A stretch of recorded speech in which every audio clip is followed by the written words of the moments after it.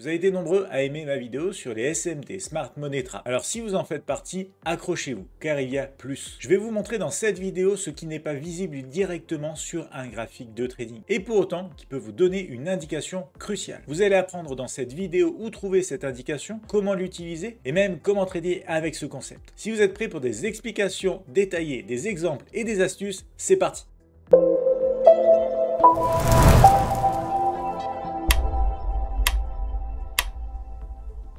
Cette vidéo fait bien sûr écho à la vidéo précédente puisqu'on va également parler de SMT, Smart Money Trap. Mais vous allez découvrir que SMT ne signifie pas uniquement Smart Money Trap, c'est-à-dire les pièges de la Smart Money, mais ça peut signifier également Smart Money Technique. Et dans cette partie des SMT, on va parler notamment de divergence. On attaque avec la définition d'une SMT divergence, Smart Money Technique de divergence. Donc déjà, clairement, c'est une des techniques, bien sûr, de la Smart Money également. On va parler de divergence. Alors pour ceux d'entre vous qui n'êtes pas familiers avec ce terme, qu'est-ce que c'est qu'une divergence? C'est tout simplement quand on va avoir en fait un comportement différent entre deux éléments qui d'habitude ont tendance à se suivre. Donc deux éléments qui diffèrent en comportement alors que normalement justement ils font la même chose en règle générale. C'est là où le concept de la divergence intervient en trading. Alors on va quand même rentrer dans le détail des explications bien sûr des divergences SMT. Quelques éléments clés ici. On a ce phénomène de corrélation qui est important. On vient de parler de divergence et pour qu'une divergence soit à l'étude, bien évidemment, il va nous falloir une fois de plus un comportement similaire entre deux actifs particuliers. Il n'est pas question d'utiliser un indicateur technique pour reconnaître une divergence SMT. On n'est pas sur du RSI ou sur d'autres oscillateurs pour identifier des divergences standards ou même des divergences cachées, etc. On va être sur le comportement ici de deux graphiques différents où on va étudier une divergence de comportement. À travers cette étude, on est obligé de passer sur des points de référence. Ces points de référence, ça va être des sommets et des creux. On va comparer en fait les sommets et les creux d'un actif corrélés à un deuxième actif où on ira aussi voir les sommets et les creux donc de ce deuxième actif. Et il faut noter que le timing est vraiment important.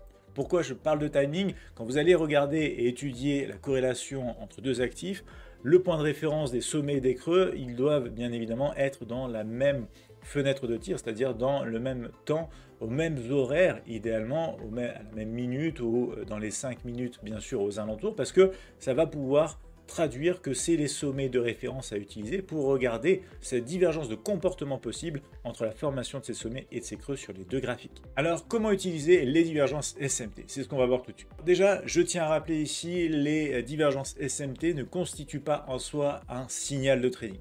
C'est important de le souligner, c'est plutôt une façon en fait de confirmer un biais directionnel, de se dire qu'on a un élément de confirmation supplémentaire par rapport à une étude au préalable réalisée sur l'actif qu'on souhaite trader par exemple. Donc on peut le voir ici tout à fait comme une alerte de trading pour nous dire attention, ici un comportement diverge entre deux actifs très corrélés et donc bien évidemment vous avez besoin de cette base avec les deux actifs corrélés dont l'un des deux est l'actif très certainement que vous allez vouloir trader pour ses conditions, pour sa volatilité, pour les raisons que vous voulez. Mais concrètement, comment trader la divergence SMT? Il existe différentes solutions pour trader une divergence SMT. Je vous ai remis certaines parties ici qui font notamment écho à des vidéos précédentes dont vous retrouvez chacun des éléments dans la playlist que je mets dans le descriptif même de cette vidéo. Donc, premier élément, la liquidité. On peut très bien attendre que l'un des deux actifs corrélés en question atteigne un seuil de liquidité idéalement à déclencher pour ensuite chercher une opportunité. On peut attendre aussi un retour sur order block, fair value gap, breaker block, même une zone OTE. Chacun de ces sujets est traité dans la playlist que je vous glisse juste ici. Mais assez parlé, il est temps de rentrer dans les exemples concrets, dans les astuces de trading associées aux divergences SMT. Je vais maintenant vous montrer 3 exemples théoriques à bien comprendre avant même de penser à regarder un graphique de trading. Donc là, exemple déjà à la baisse, on a un marché qui est baissier, donc théorie de dos ici à la baisse, c'est très simple à lire. Je vous renvoie aussi sur le lien dans le descriptif de la vidéo pour regarder cette vidéo théorie d'eau si vous ne connaissez pas ce concept. Grosso modo, ça va être la compréhension d'un marché baissier avec des sommets des creux de plus en plus bas. Donc là, c'est très simple à lire. On a un graphique ici à côté aussi qui va représenter donc un actif corrélé à ce premier actif. L'actif par exemple A, tout simplement, l'actif B ici qui est extrêmement corrélé à l'actif A. On va voir le comportement qu'il a. Lui, il a un sommet ici, un creux par là, et pour autant, vous voyez qu'on casse ce sommet de peu, hein, mais on le casse, ensuite on part plus fort à la baisse, continuer comme ça la tendance baissière. Alors qu'est-ce qui se passe ici? Ces deux actifs A et B sont corrélés, extrêmement corrélés. On va pouvoir utiliser ces corrélations et comprendre justement ce phénomène de divergence qui existe entre les deux actifs. Donc concrètement, ce que j'ai envie de vous mettre ici, c'est du coup les points de repère dont je vous parlais tout à l'heure entre ces sommets, qui vont être du coup en soi un SMT. Donc on va avoir une smart money technique au niveau divergence, puisque la divergence qu'on va étudier est fonction de la relation de ces deux sommets sur l'actif A, mais également de la relation avec les deux sommets qu'on a sur l'actif B. Et vous voyez qu'on a un élément qui diverge. On n'a pas une baisse, on n'a pas deux sommets de plus en plus bas ici. Au contraire, on a tout simplement ici un sommet et un sommet encore plus haut. Là, on a un sommet plus bas. Donc, on a un comportement clairement divergent. Et c'est cette information-là qui va être utile dans le trading de divergence SMT, parce que tout simplement, on va avoir donc ici, je vous remets cette ligne, voilà, d'un côté des sommets qui descendent, de l'autre côté des sommets qui montent, et à partir de là, on a cette divergence. Étant donné que la corrélation entre ces deux actifs est généralement élevée, qu'est-ce que ça peut souligner? Ça peut souligner que normalement, malgré ce comportement ici, cette cassure par le haut, on serait sujet à rester sur la baisse parce que l'actif aussi de référence, lui, est baissier et on le sait parce que lui, il n'a pas un sommet en fait qui est cassé, il a un sommet qui est respecté. Donc ça souligne vraiment la divergence entre le comportement à l'instant T de ces deux actifs, mais pour autant, ça nous donne l'indication qu'il est possible qu'on ait une baisse même sur cet actif-là alors qu'il est en train de monter.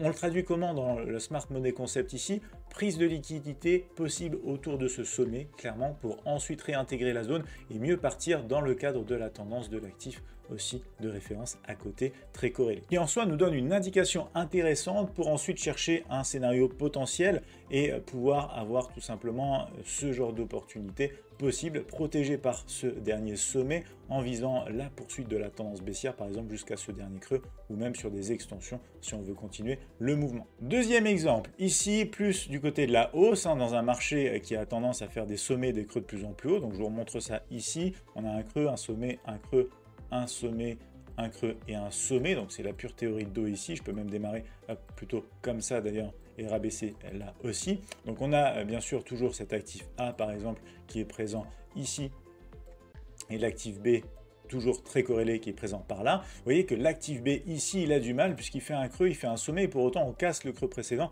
allant plus bas. On a aussi ensuite un sommet qui revient plus haut que le sommet précédent. On continue ensuite avec un creux également plus haut. Donc là on continue ensuite cette tendance haussière certes, mais on n'a pas respecté la théorie d'eau. On est venu casser un creux aussi avant de partir, chose qui diverge également en fonction du comportement de l'actif A, puisque quand on relie ces creux ici, on s'aperçoit clairement qu'on est tout simplement sur des creux de plus en plus haut.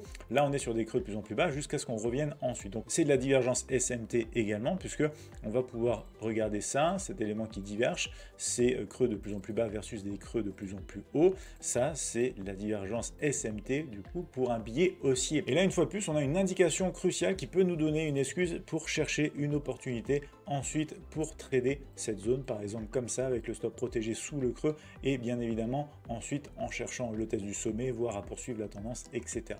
Alors, il y a différentes façons de trader cette approche. Là, je vous ai montré la façon où, par exemple, on vient prendre la liquidité sur l'actif qui est ici. Donc là, c'est un petit peu, si vous voulez, travailler ce qu'on pourrait appeler l'actif un petit peu plus faible, c'est-à-dire celui qui casse le creux, qui ne respecte pas la tendance forte. Donc ça, c'est l'approche, par exemple, du trading SMT sur l'actif plus faible, dans le sens où on se dit on veut profiter de la prise de liquidité qu'on a sous ce creux là pour mieux repartir dans l'autre sens. On peut avoir un risk reward peut-être plus intéressant, etc., etc.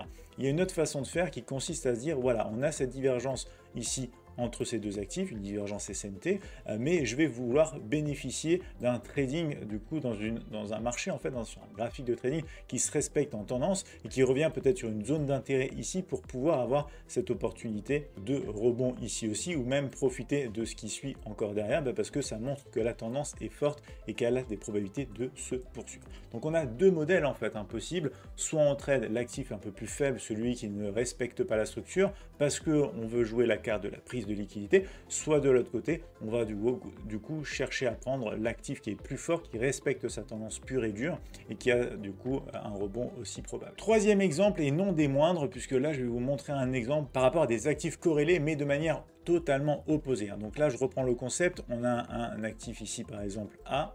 On a un actif B. Ils sont tous les deux corrélés, mais à l'inverse. C'est-à-dire que l'un descend, l'autre monte. C'est aussi simple que ça. Il y en a un qui descend, il y en a un qui monte. Ça descend en ligne droite, là, ça monte en ligne droite. On va voir un petit peu ce qui se passe si on a du coup, des deux actifs qui ne respectent pas ce genre de choses. C'est-à-dire que là, regardez, on a ces deux sommets qui sont bel et bien de plus en plus bas.